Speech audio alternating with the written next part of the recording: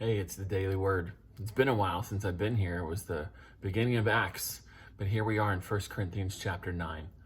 So if you haven't read this passage, that's okay. Usually I tell you, hey, go read it, but it might be more helpful to listen to this and then go read the chapter. Either way, I hope this is helpful. We're in 1 Corinthians chapter 9, like I said, and the subject is still meat offered to idols.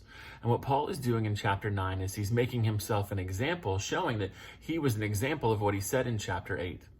And so the big idea here is there are rights and responsibilities that Christians have. And Paul had many rights, not only as a Christian, but also as an apostle. But he was responsible. He thought not what's best for me. He thought not, how do I get what I want? How do I do what I want? No, for Paul, it was what's best for others, what best advances the gospel, what best shows Christ in my life. Those were the things that mattered. And so in this first section, what we're going to call this section, Paul argues for his rights. That's verses 1 to 14. He is an apostle. He could have demanded financial support from the church. It's the right thing to do, he argues, and it's the biblical thing to do. However, he refused to claim that right. Look at verse 11. He said, if we sowed spiritual things among you, if we planted spiritual things among you, is it too much if we reap material things from you? If others share this right over you, do we not more? Nevertheless, we did not use this right for financial support, but we endure all things so that we will cause no hindrance to the gospel of Christ. Drop down to verse 14.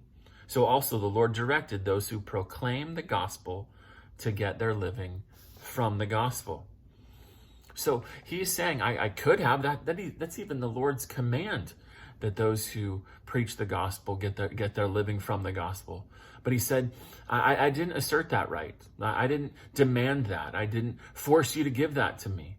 And we're going to see why starting in verse 15. But before we go there, the question is, are there any rights that you assert in your life as a Christian that non-Christians look at you asserting those rights and it actually turns them off to Christ? These aren't obedience or disobedience things. These are just practical, everyday preference kinds of things. That's the whole idea here, is that we will put our rights, we'll put our preferences, we'll put those things aside, those privileges, we'll put them aside because we have a responsibility that overshadows that, and that responsibility is advancing the gospel with people. The second section that we'll look at, we'll call Paul abandons his rights. So he asserts his rights at the beginning of the chapter, and then he abandons them, starting in verse 15. In his missionary endeavors in Corinth, he says there he was ministering for free. He was making his money by making tents for people. And what he says there is he abandoned his right to financial support by doing that. He said, I'm not going to do that. I'm going to focus on making money by making tents, a side job, in order so that I can focus on the gospel, making it free of charge. Notice he does this, verse 18. What then is my reward? That when I preach the gospel, I may offer the gospel without charge. Why? So as not to make full use of my right in the gospel, even though I could demand it. I didn't assert it because I wanted, in my missionary activities, I wanted to offer the gospel free of charge. We should avoid our rights, in other words, if it hurts the reputation of Christ, whatever those rights may be. Why did he do this? Because souls were more valuable to him than a paycheck. They're far more. And so, in fact, he wanted to win as many people as possible. And nothing was going to get in the way of that for him. Look at verse 19. Though I am free from all men, I have made myself a slave to all. Why? So that I may win more. So I can see God use me to save more people. So to the Jew, I become like a Jew in order to win the Jew. To the non-Jew, I become like a non-Jew to win the non-Jew. To the strong, I become strong. To the weak, I become weak. I become all things. Notice verse 22. Become all things to all men, so that by all means I may save some. He wasn't going to let anything stand in the way of getting the gospel to people and seeing God save every kind of person. And nothing mattered. None of those preference things were going to get in the way of advancing the gospel. Oh, to have that kind of zeal for the lost. That I'm going to do everything. I'm going to jump over every barrier in order to reach the lost. So this life, how did he do that? What was it that drove him? This life wasn't what mattered to Paul. It didn't matter most. He lived this life for the next life. Look at verse 24. Do you not know that those who run in a race all run, but only one receives the prize? We all know that from sporting events. So he says, run in such a way, live your life in such a way that you win the prize. It's not the prize of salvation. That's not what this passage is about at all. This passage is about eternal rewards. Rewards for how you lived this life, how you lived your life for Christ in this life.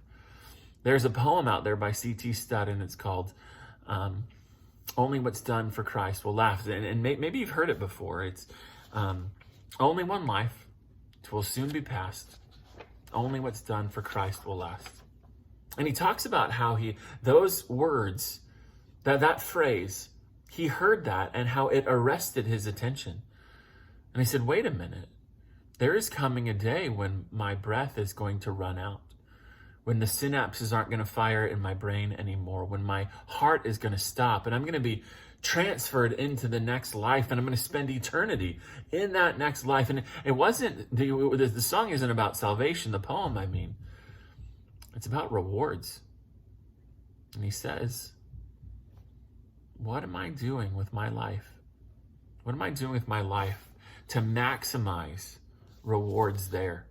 See, we often live this life wanting to maximize all the rewards here. Get as much as we can, do as much as we can, enjoy as much as we can here before we die. And Paul would say that's so backwards. I'm going to get everything out of my life. He's saying, I'm going to run, I'm going to self-control, I'm going to do everything I can to make sure that I'm rewarded in the next life. I'm going to get everything out of the way in order to win more people to Christ. That is a zeal that is admirable. If you're looking for passages to memorize, the end of 1 Corinthians chapter 9, it's one of those mountaintop places where it just gives the perspective on life that we all need. That this life is really not what life is all about. This life is simply preparation for the next, in a world where we're going to live forever. So I hope this passage is helpful. Your rights, that's really not what it's all about. It is about sacrificing your rights in order to win people to Christ. If your rights, if those would get in the way of seeing people saved. Hope that was helpful. See you next time.